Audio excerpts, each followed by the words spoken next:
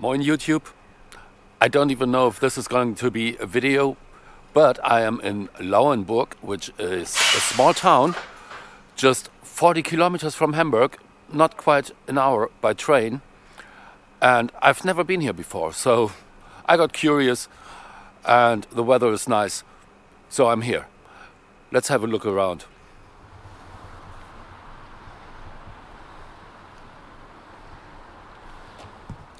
Just like my home, the city of Hamburg, Lauenburg sits right on the river Elbe.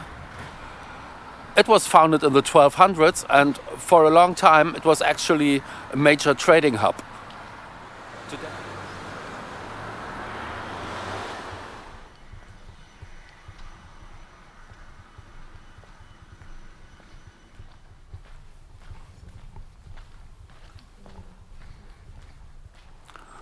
Today is a bank holiday, so the place might be very quiet today. We will see how many places are even open.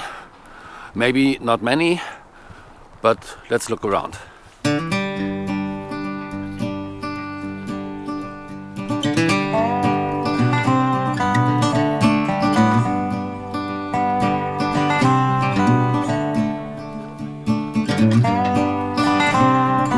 It's barely an hour from Hamburg, but the walk down into Lauenburg feels like changing centuries.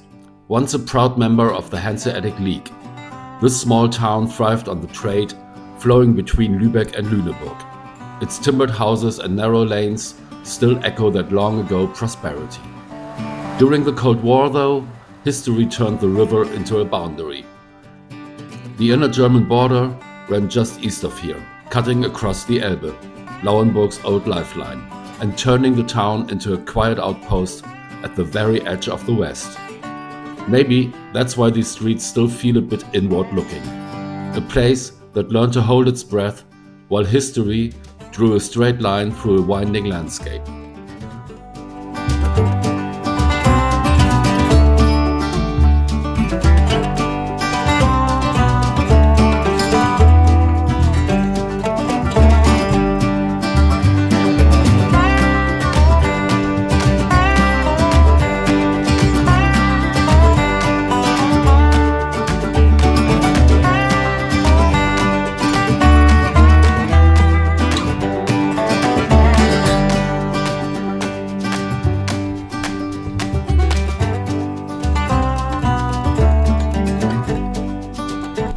That boat, the Kaiser Wilhelm, was built in 1900 and it's powered by coal and driven by a wheel.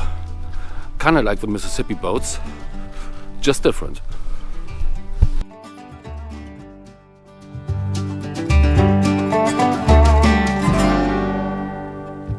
What I'm walking on here is the Elbe Promenade, and I love how unglamorous it is.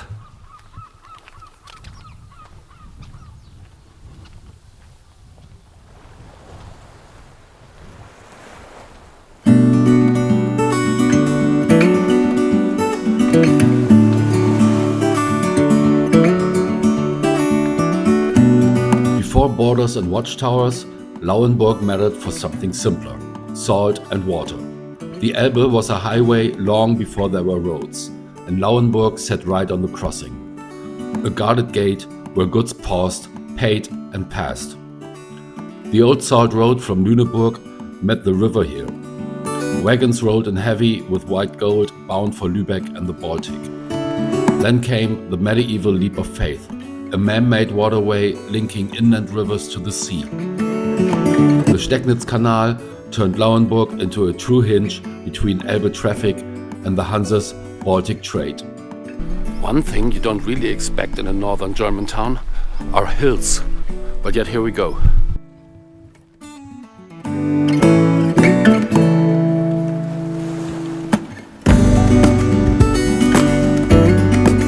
The town even lent its name to a duchy, Saxe-Lauenburg. A reminder that this was more than a pretty riverbed. It was a seat of power watching the current. Walk these timbered streets and you can still feel the arithmetic of the Middle Ages. Wheels, hulls and ledgers, all moving to the rhythm of a river that never stops.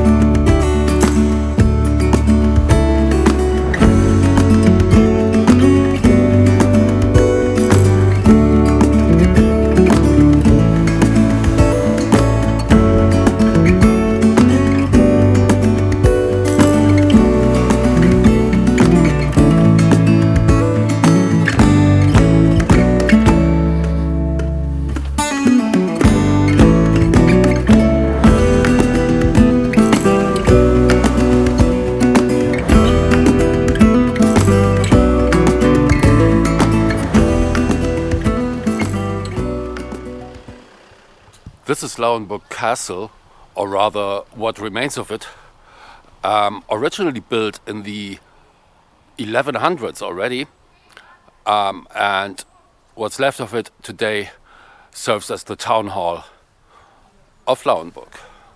You get some surprisingly nice views from up here.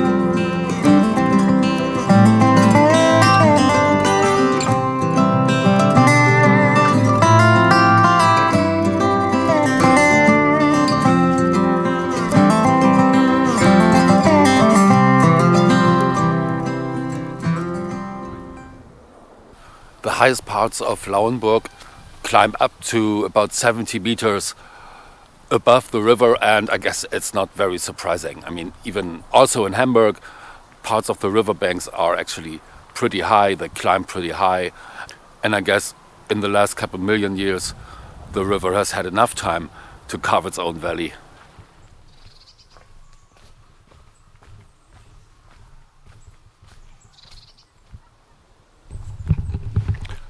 I'm not sure if this is even the right path, but I mean, at least it's a path.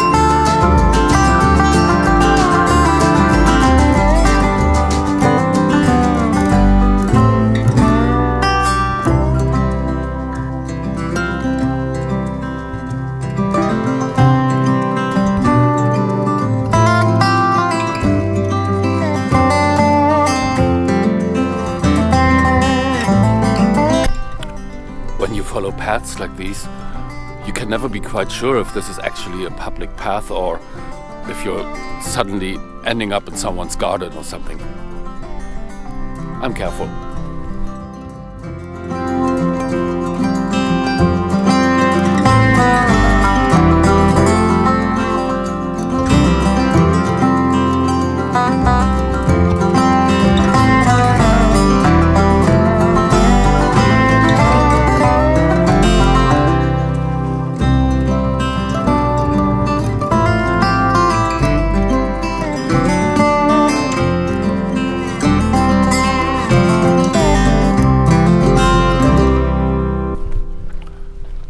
There's even in Oberstadt, uptown, upper town. Let's check it out.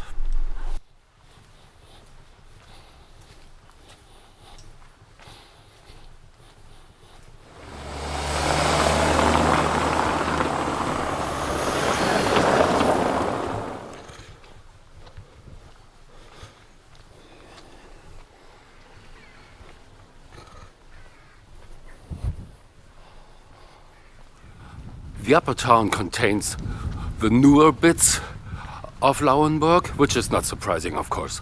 I mean, settlements started on the river banks and then over time climbed uphill.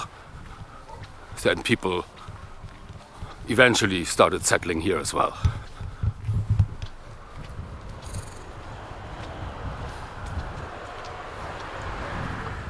All right, let's go back down.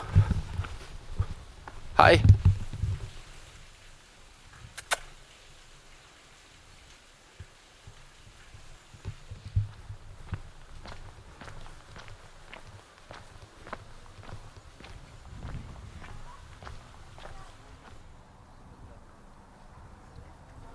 Die Sommerflut 2002, da kann ich mich noch dran erinnern.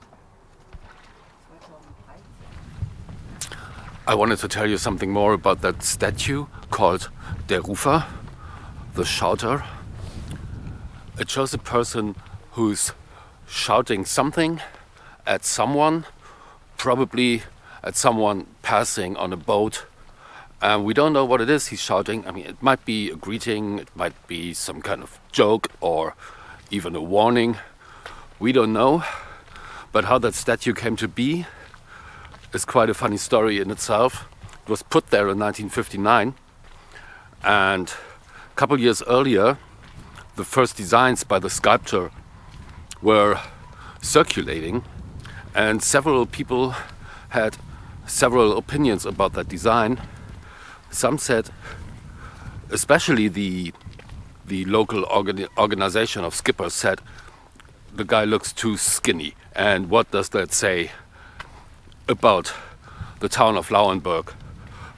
Maybe that people don't have enough to eat here and stuff.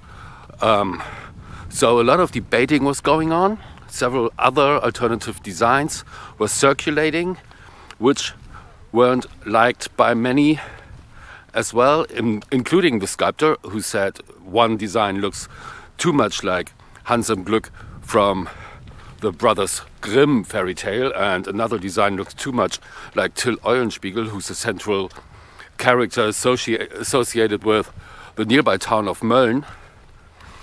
So in the end, what was put up there after a lot of debating that went on for a couple years was the original initial design.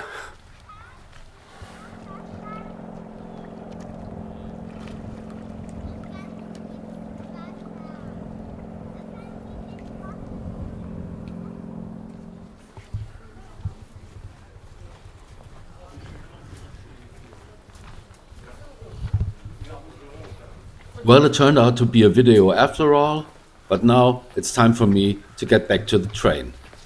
I hope you enjoyed this, and I hope to see you around for the next one. Take care and goodbye.